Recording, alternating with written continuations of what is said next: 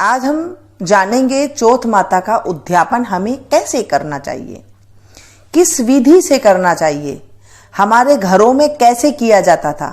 आज न जाने कितनी तरह से बताया जाता है तो लोग कंफ्यूज हो जाते हैं, सोचते हैं हमें कैसे करना चाहिए। आज मैं बिल्कुल हमारे घर की जो दादी नानियां किया करती थी वैसे ही मैं आपको बताऊंगी और आपको वैसे ही करना चाहिए। चौथ माता का व्रत आम व्रत नहीं होता है और चौथ माता का उद्यापन इसे आप आम उद्यापन समझने की भूल भी ना करें। बहुत भारी व्रत होता है ये, इसमें भूल चूक नहीं करनी चाहिए। सीधा सिंपल काम करना चाहिए। पहले सीधा सिंपल काम ही किया करते थे, हमने भी बिल्कुल सिंपल तरीके से ही किया है, वही मैं आज आपके साथ शेयर करूंगी। जब आप चौथ का उद्यापन करें तो 13 जगह आपको सुहाग सामान लेना होता है, करवा लेना होता है। देखिए पहले तो ना चीनी के करवे जो होते हैं वो लिए जाते थे, अभी भी कई घरों में लिए जाते हैं, लेकिन अब नई प्रथा है तो कोई गिलास ले लेता है, कोई जग ले लेता है, कोई लोटा ले लेता है। वैसे अगर हम देखते हैं हमारे घरों के हिसाब से तो चीनी के करवे आते हैं, वो लिए जाते थे उद्यापन में। अब आपकी मर्जी है कि आप चीनी के करवे लें या फिर आप गिलास, लोटा या जग ले सकते हैं, ठीक है। और उसके बाद चीनी के करवे इसलिए लिए जाते हैं ताकि उसमें अंदर मिठास रहे और हमारे जीवन में भी जो है मिठास रहे, क्योंकि चौथ माता के व्रत में मीठा जरूरी देते हैं। अब कैसे कैसे दिया जाएगा ये भी मैं आपको बताऊंगी। अगर आपने गिलास लिया है, जग लिया है और लोटा लिया है तो इनमें चीनी भरना जरूरी है। चीनी आप भर करके दें या फिर चीनी के कई तरह से बनाए जाते हैं ना जो खिलौने वगैरह, वो आप भर सकते हैं, यानी कि मीठा ही आपको भरना है। करवे के ऊपर मोली बांधी जाती है, जो धागा हम कलावा हाथ में बांधते हैं वो मोली करवे के ऊपर बांधी जाती है। उसके बाद सुहाग की सामान ली जाती है, जैसे टीकी, बिंदी होती है, बिंदी ले ली, मेहंदी की एक कीप ले ली जिसे कोन कहा जाता है, मेहंदी की एक कोन ले ली है, काजल ले लिया। आपके अब सामर्थ्य के अनुसार है कि आपको कितनी ज्यादा आपको सुहाग पिटारी देनी है। इसे सुहाग पिटारी के नाम से कहा जाता है, यानी कि आपको सुहाग की कितनी सामान देनी है। जैसे कई 5 देते हैं, कई 11 देते हैं, ऐसे देते हैं। कई चूड़ा भी देते हैं, कई 11 जगह 5 चीजें जैसे करते हैं तो उसमें चूड़ा भी ली जाती है। चूड़ी, आप चूड़ी ले सकते हैं, चूड़ा ले सकते हैं, जो आपके यहाँ देते हैं वो ले सकते हैं। काजल की डिब्बी हो गई, कंगा हो गया, बिंदी हो गई, मेहंदी हो गई और एक ब्लाउज का पीस, ये देते हैं। वैसे तो देखिए साड़ी सब दे नहीं सकते हैं 14 जगह, तो यहाँ पर जो है 13 जगह की तो अलग होती है और एक जगह की अलग होती है, वो मैं 14वीं जो है वो मैं आपको अलग बताऊंगी। तो ये जो 13 जगह हमें निकालनी है, पहले मैं 13 जगह की आपको बता देती हूँ। 13 जगह आपको ये सारी चीजें लेनी है, उसमें एक ब्लाउज की पीस भी लेनी होती है। और अगर आप रबर बैंड वगैरह देते हैं, जैसे पहले तो रिबन दिया करते थे, रिबन लगाती थी लेडीज, आज रबर बैंड वगैरह लगा देते हैं, तो ऐसी चीजें रख देते हैं। और साथ में अगर आप रबर बैंड नहीं दे रहे हैं तो मोड़ी का टुकड़ा जो कलावा है वो टुकड़ा जरूर डालें, इससे वो रिबन का काम करता है। इससे जो है हमारे जो करवा चौथ का उद्यापन है वो पूरा माना जाता है, ठीक है। ऐसे आप कर ले। ये चीजें मैंने आपको बता दी कि सुहाग की जो चीजें लेने हैं आपको 5 कर सकते हैं, 11 कर सकते हैं, 2 कर सकते हैं। अगर आपकी सामर्थ्य नहीं है तो आप सिर्फ 2 चीज रख सकते हैं, जैसे बिंदी का पत्ता और मेहंदी की जो कोन होती है वो, बस ये आप रख सकते हैं। ये हो गया आपका सिस्टम। अगर करवा ले रहे हैं तो करवा के साथ भी आपको यही चीज की जो है सुहाग पिटारी लेनी है, ठीक है। करवे के ऊपर मोली बांध दी, अगर आपने गिलास वगैरह लिए तो उसके ऊपर भी आपको मोली बांधनी है, ऐसे किया जाता है। ये सारी चीजें आपने ले ली। उसके बाद अब आती है जो हमने 14 यानी कि 13 जो हमने निकाला, उसके बाद जो 14वां है उसे कैसे निकालना है। वो एक साड़ी लेते हैं, उसके साथ ब्लाउज लेते हैं। पहले ना 2 लिया करते थे। 2 कैसे लिया करते थे, एक साड़ी और एक ओढ़ना जिसे चूंदड़ी बोलते हैं उसके नाम के लिया करते थे। अब इतना नहीं करते हैं तो एक एक ही दे देते हैं। जैसे एक साड़ी ले ली, उसके ऊपर सारी चीजें लेते हैं सुहाग पिटारी की। अब सुहाग पिटारी में क्या क्या चीजें आ गई, उसमें जो एक आप ले रहे हैं वहां पर आपको सारा सामान लेना है। उसमें चूड़ी, बिंदी, टिक्की, काजल, सिंदूर, नेल पॉलिश, जो भी आप चीज देना चाहें वो ले सकती है। वो आपकी सासू माँ के लिए है। अगर सासू माँ सुहागन नहीं है या फिर घर में नहीं है तो आप ननद जी को दे सकते हैं, चाहे छोटी हो ननद या बड़ी हो। अगर ननद भी नहीं है तो आप जिठानी को दे दें, जिठानी भी नहीं है तो आप जिठानी की लड़की को दे दें, जिठानी की लड़की भी नहीं है तो आप ननद की लड़की को भी दे सकते हैं। ठीक है, इनमें से आप कोई भी मर्जी उन्हें दे तो ये अच्छा होता है। अच्छा क्या होता है मैं आपको बताऊंगी, इसे आप नॉर्मल समझने की भूल ना करें, क्योंकि ये करवा चौथ है। करवा चौथ एक आम उद्यापन नहीं होता है। करवा चौथ का व्रत एक आम व्रत नहीं होता है। ठीक है, अब इसमें हमें ये चीज ले ली, साथ में ये जोड़ा से जिमाते हैं। कई जगह पर जोड़ा से जिमाते हैं, तो आप पैंट शर्ट ले सकते हैं। जैसे ससुर जी के नाम का है, ससुर को दे रहे हैं, तो जेठ के नाम का, जेठानी को अगर दे रहे हैं तो जेठ जी के नाम के भी। जैसे वो कपड़े पहनते हैं वो आप कपड़े ले ले।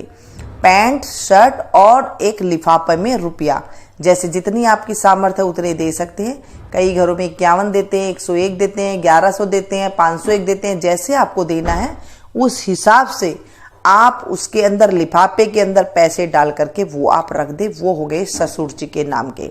और जो सासू के नाम की थी उसमें सारी तरह की सुहाग पिटारी ले ली।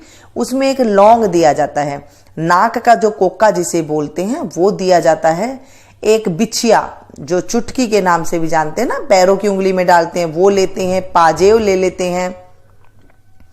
यानी कि जितनी भी सुहाग की सामान होती है ना वो अपनी उसमें साड़ी के साथ हम रखते हैं। और फिर उसमें दक्षिणा अवश्य रखें। ठीक है, ये चीज रखने के बाद, और ये हो गई आपका 14वां, जो 14 जगह हमें निकालना है ना, तो ये 14वां वाला हो गया। ये हमें अपने घर वालों को देना है और इसमें जो है सारी सामग्री रख देते हैं। ऐसे 14 जगह तो बहुत ज्यादा अगर सामर्थ्य हो तो वो 14 जगह ऐसे कर सकते हैं, नहीं तो आप एक जगह ही करें। मैं बहुत ही सिंपल तरीके से आप लोगों को बताती हूँ ताकि आप कोई ताम झाम में ना पड़े, क्योंकि देखिए ये चीज सिंपल तरीके से ही हुआ करती थी। आजकल लोगों ने बहुत ज्यादा कर दिया कि चांद को अर्घ देने के बाद ऐसे किया जाता है। अच्छा, मैं ये बात भी आगे करूंगी, लेकिन पहले मैं आपको ये बता दूं कि जो ये 13 जगह आपने निकाले हैं, करवा निकाले हैं या फिर ग्लास वगैरह के, उसमें भी आपको दक्षिणा रखनी है। अब दक्षिणा आपके सामर्थ्य अनुसार है, 5 रखें, 1 रखें, 10 रखें, 11 रखें, जैसे आपकी मर्जी आप उसमें रख सकते हैं। वो आपके सामर्थ्य के अनुसार है। ये हो गई आपकी सारी सामग्री। आपने अब क्या करना है, जैसे कहानी सुनी और उसके बाद जो है ये उद्यापन की तैयारी कर ली जाती है। देखिए आजकल तो जैसे पहले, बहुत पहले ऐसे हुआ करता था कि घर में आकर के जो है लेडीजें, सुहागन लेडीजें आकर के व्रत खोला करती थी। 13 लेडीजों को बुलाया जाता था। 2-3 दिन पहले ही पता कर लेते थे कि आप हमारे यहाँ पर जिम लोगे क्या, भोजन कर लोगे क्या, तो वो व्रत आपके घर में ही खोला करते थे जिनके घर में उद्यापन होता था।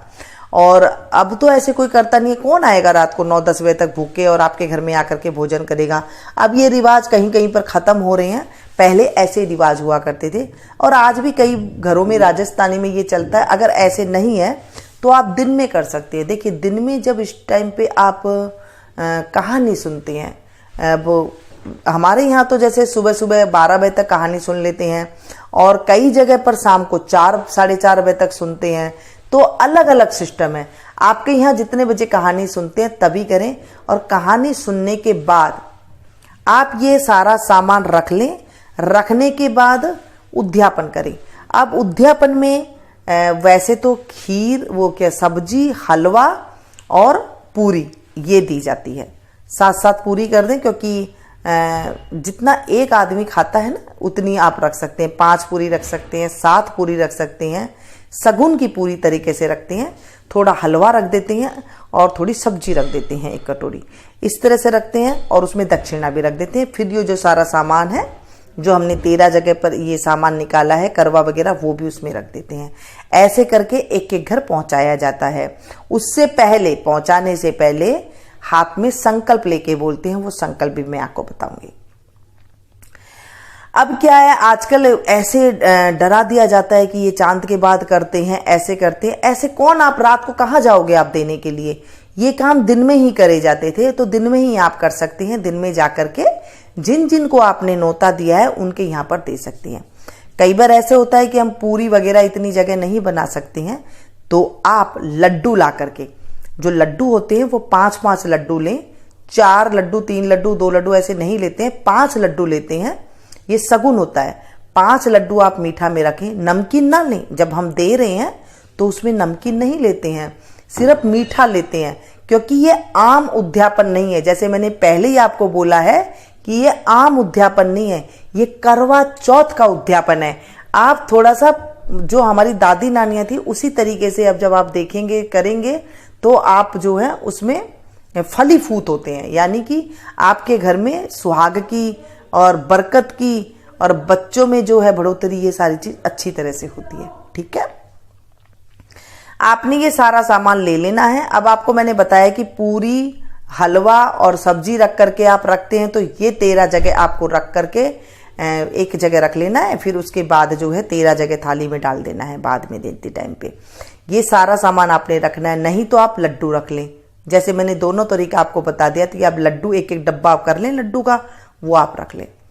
अब सारी चीजों पर आपको हाथ फिरोना होता है। अब हाथ कैसे फिरोएं, जब आपने कथा कहानी सुन ली, कहानी सुन ले, खुद के आप टीका निकाल लें, और उसके बाद जो सासू माँ की साड़ी ली थी उसके ऊपर भी आप टीका लगाएं, जो ससुर जी का लिया था उन पे भी आप टीका लगाएं।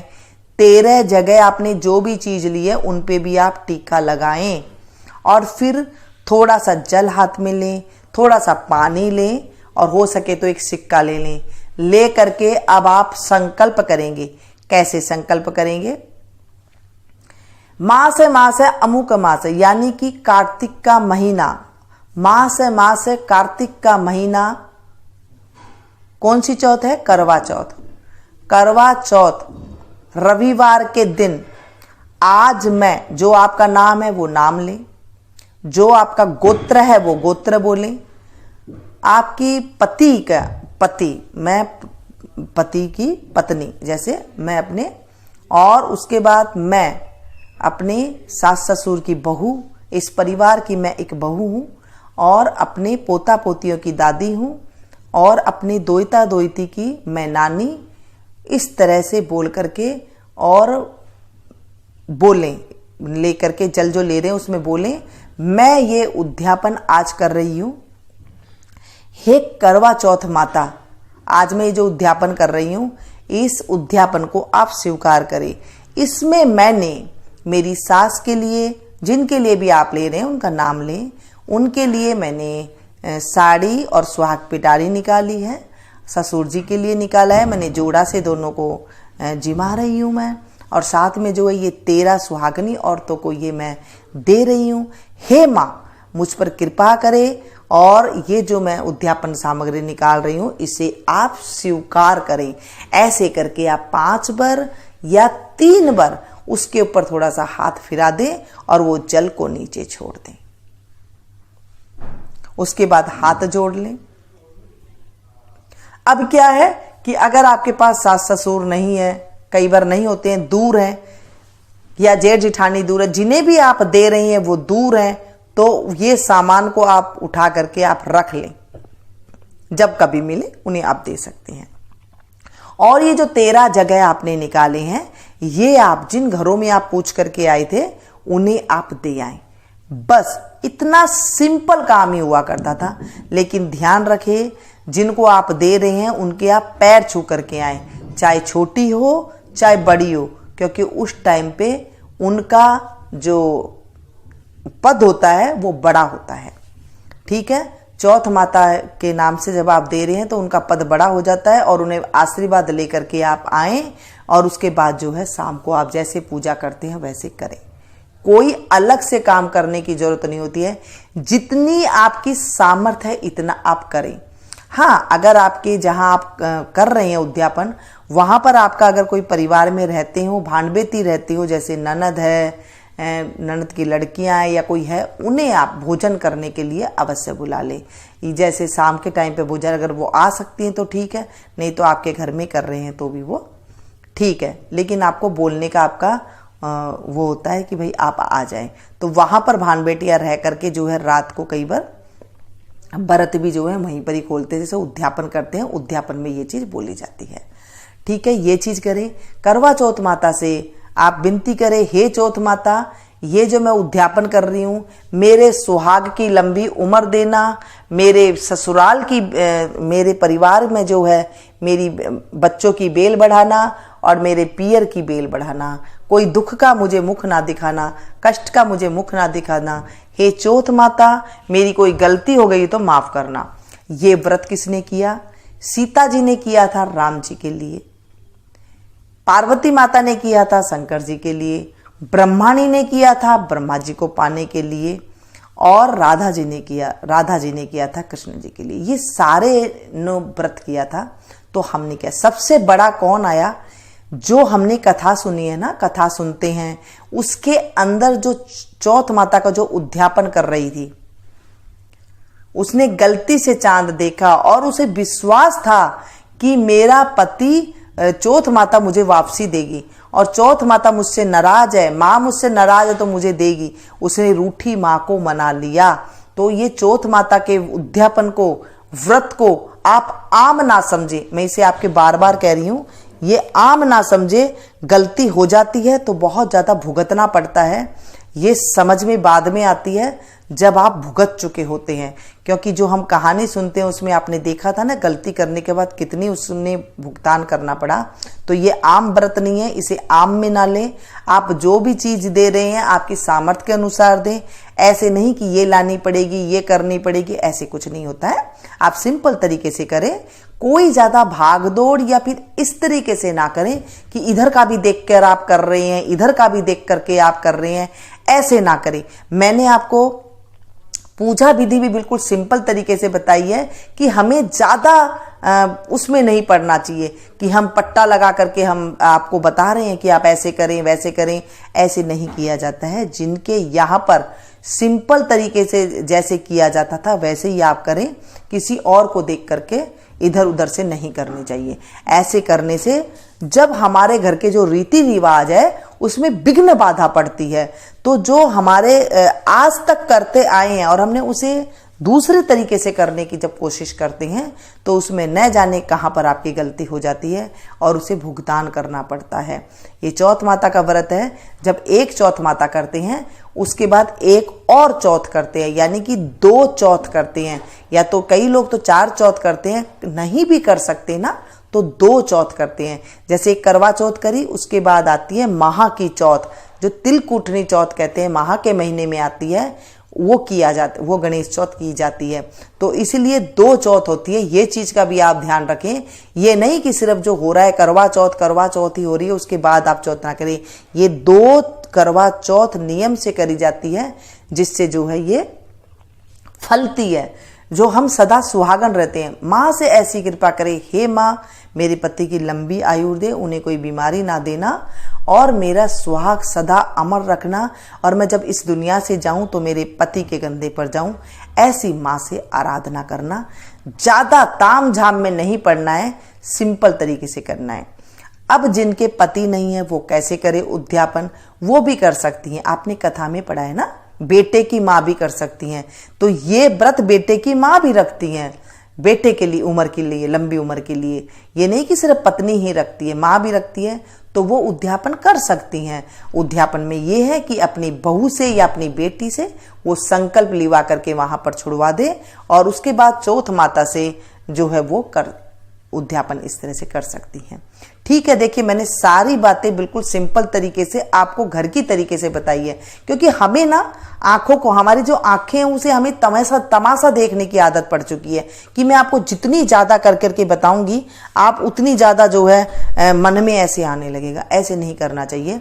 संकल्प करके सिंपल, ये व्रत है, हमें व्रत वाले दिन बिल्कुल चुपचाप सिंपल तरीके से और अच्छी तरह से करना होता। हाँ, 16 श्रृंगार तो पहले भी बोला गया था, 16 श्रृंगार तो हमेशा के लिए बताया गया है कि हमेशा घर में भी जब रहें तो इस तरह से बन करके रहें। चौथ माता वाले दिन से व्रत करके, करवा चौथ वाले दिन से व्रत करते हैं, तो वहां से जो चूड़ी वगैरह आपने पहनी है, ऐसे नहीं कि आपने रात को ही उतार दी, ये भी शगुन होता है, इसे भी नहीं उतारने चाहिए। इससे आप जब अगर आप रह सकती हैं तो जैसे दिवाली के बाद ही आप उतारे तो वो बहुत अच्छा होता है, क्योंकि ये सब त्योहार के दिन चलते हैं। अभी चौथ का व्रत आ गया है, उसके बाद होली आठे का व्रत आएगा, फिर धनतेरस आ जाती है, छोटी दिवाली आ जाती है, बड़ी दिवाली आ जाती है, भैया दूज आ जाती है, गोवर्धन आ जाते हैं, कितने त्योहार आ जाते हैं ना। तो इसमें हाथ भरे हुए और औरतों का 16 श्रृंगार